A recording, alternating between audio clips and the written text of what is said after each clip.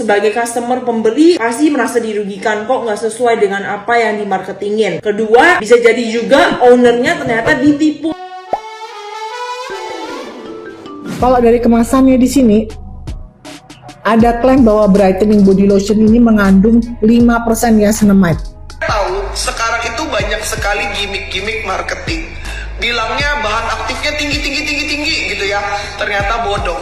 Nih, kalau Doc Angel niacinamide-nya 5%, di baliknya pun di ingredients-nya niacinamide-nya di paling atas setelah air. Bayangkan, iya kan? That's why apa? Komposisi utama dari lotionnya adalah niacinamide 5%. Oke, saya ulangi lagi ya guys. Brand D mengklaim kandungan niacinamide-nya adalah 5%. Dan hasil lab menunjukkan kandungannya adalah 0,11%. Mengejutkan sekaligus cukup mengecewakan saya ini guys. Karena produk ini diformulasikan oleh seorang dokter, jadi sebaiknya saya meminta klarifikasi kemana ya guys. Bisa dibantu komen nggak? Atau mungkin teman-teman netizen nih yang bisa tag dokter A, biar beliau bisa klarifikasi. Kan ini produknya. Emang boleh ya dari klaim 5%, kenyataannya cuma 0,11. Ayo, siapa nih yang bohong? Siapa nih yang curang? Ayo, sebaiknya sih dokter sebagai owner nanya ke pabriknya. Tapi bukannya pabriknya ini punya dokter sendiri. Jadi harusnya dokter tahu nggak nih guys? Dokternya sendiri tahu nggak ya? Sekarang saya kembalikan lagi deh kepada netizen. Apakah produk ini overclaim, false claim, atau melakukan penipuan publik? Semua saya kembalikan lagi ke masyarakat. Salam cerdas bareng Doktif, Dokter Detektif.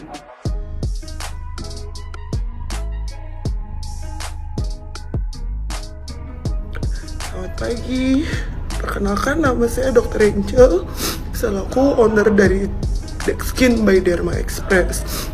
Maaf kalau Dok Angel bikin gaduh, dan maaf kalau Dok Angel tadi malam gak langsung react.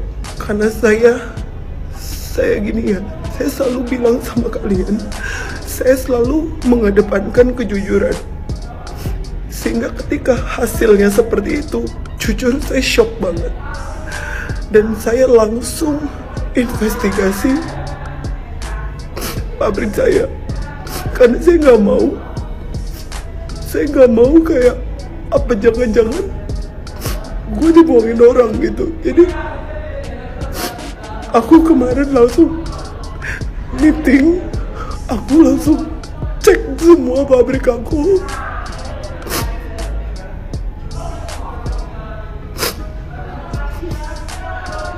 Dan ternyata orang dalam pabrik itu mainin.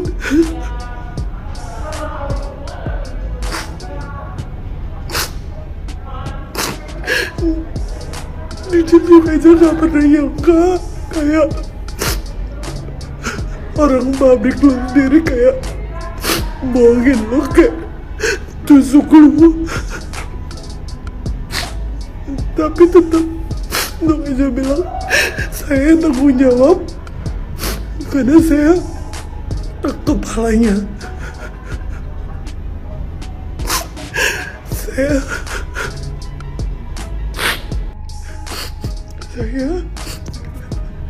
Saya juga terima kasih sama dokter detektif.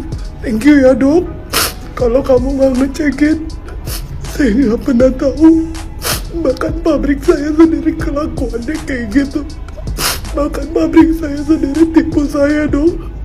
Dan jujur, dok aja saya thank you ya. Kak, nggak ada maksud saya. Saya sendiri kecewa banget pabrik saya kayak gitu.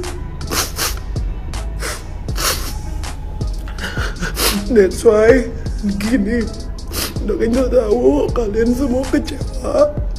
Saya juga paham kalau kalian jadi meragukan, saya pun jadi meragukan. So, kasih Dok Angel waktu beberapa hari. Semua produk saya akan masukin ke laboratorium independen. Saya mau lihat apa aja yang orang itu bohongin saya.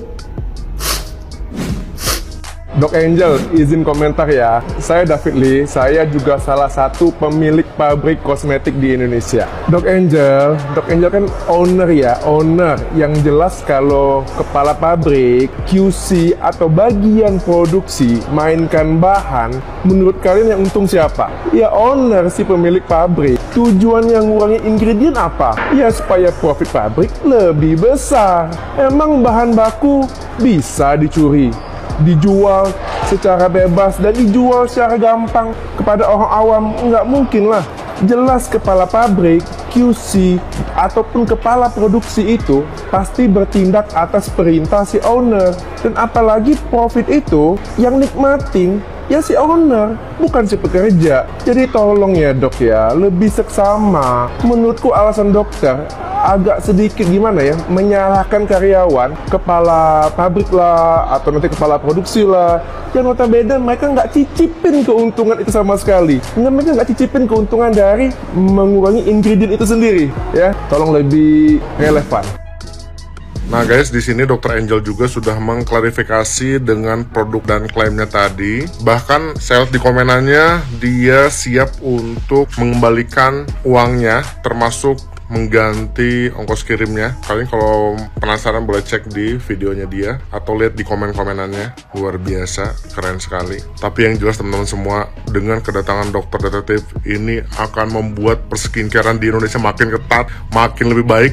Luar biasa, dokter detektif keren sekali. Semoga dokter tetap konsisten menyampaikan kebenaran. Yang jelas teman-teman semua, dokter detektif baru gabung TikTok itu kurang lebih saya lihat videonya itu baru sekitar 3 minggu lalu loh guys. Bayangin, dia bisa merubah cukup signifikan perskincarean di Indonesia. Dan nggak cuman Dok Angel doang, banyak brand-brand terkenal juga dibongkar sama dok detektif. Luar biasa. Lanjutkan dok, pokoknya keren.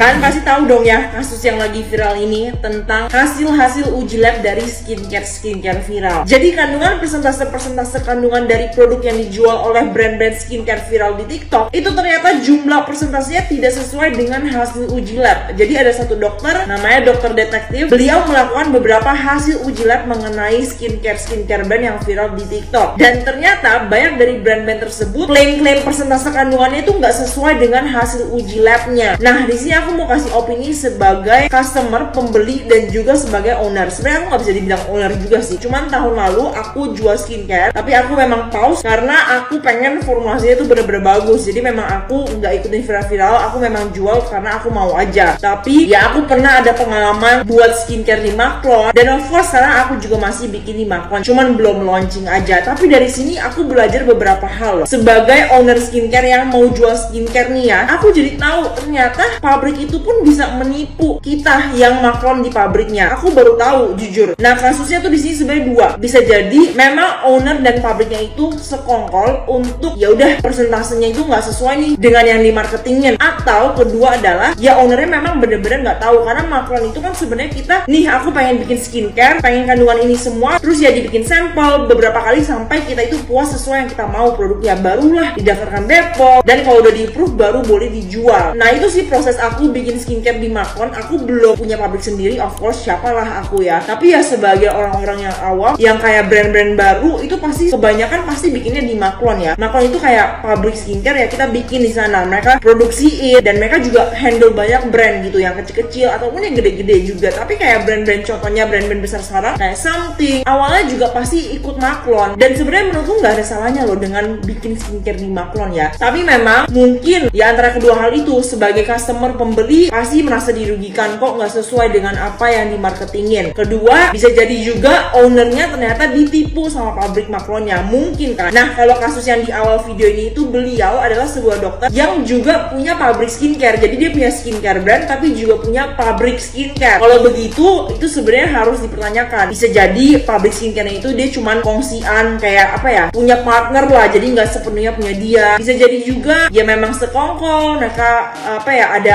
hal-hal di belakang layar yang kita nggak ketahui. Ya biar harga produknya murah tapi bisa dijual dengan mahal karena klaim persentase kandungannya tinggi. Bisa juga, nggak ada yang tahu. Tapi sebenarnya hasil uji lab kayak gini, kalau memang ternyata beneran reliable, harusnya reliable sih kalau dokter kulit sampai bisa ngomong kayak gitu ya. Ya mungkin produknya diperbaiki aja gitu. Ya kita ambil positifnya aja dari kasus ini. Sebagai pembeli, kita lihat klarifikasi dari owner skincare, dan juga sebagai owner kita belajar untuk lebih baik lagi, lebih hati-hati lagi, biar customer kita tidak dirugikan dan percaya sama brand skincare kita ini. Kalau menurut kalian gimana? Salah ownernya atau salah pabrik skincare-nya? Atau salah keduanya? Coba komen di bawah. Kalian semua sebagai customer berhak untuk marah. Kalian berhak meminta brand untuk klarifikasi dan bertanggung jawab. Dan bagi para seluruh brand owner di luar sana, kalian nggak bisa jadi brand owner tanpa paham apa-apa. Karena kalian harus dapat bertanggung jawab terhadap semua produk yang kalian jual ke masyarakat. Bukan berarti kalian harus memiliki gelar tertentu sebelum jadi brand owner, tapi paling tidak kalian itu harus belajar regulasinya. Kalian harus ngerti apa yang diperbolehkan dan tidak diperbolehkan oleh BPOM, baik untuk produknya itu sendiri maupun untuk pengiklanannya. Sehingga kalau pabrik Macron itu bilang mereka memasukkan tranexamic acid 5% di produk pada brand kalian, kalian paham pabrik yang kalian gunakan ini nggak bener. Karena yang diperbolehkan BPOM itu maksimal 3%. Kita sebagai brand owner, termasuk saya juga, nggak bisa hanya lempar tanggung jawab kepada pabriknya.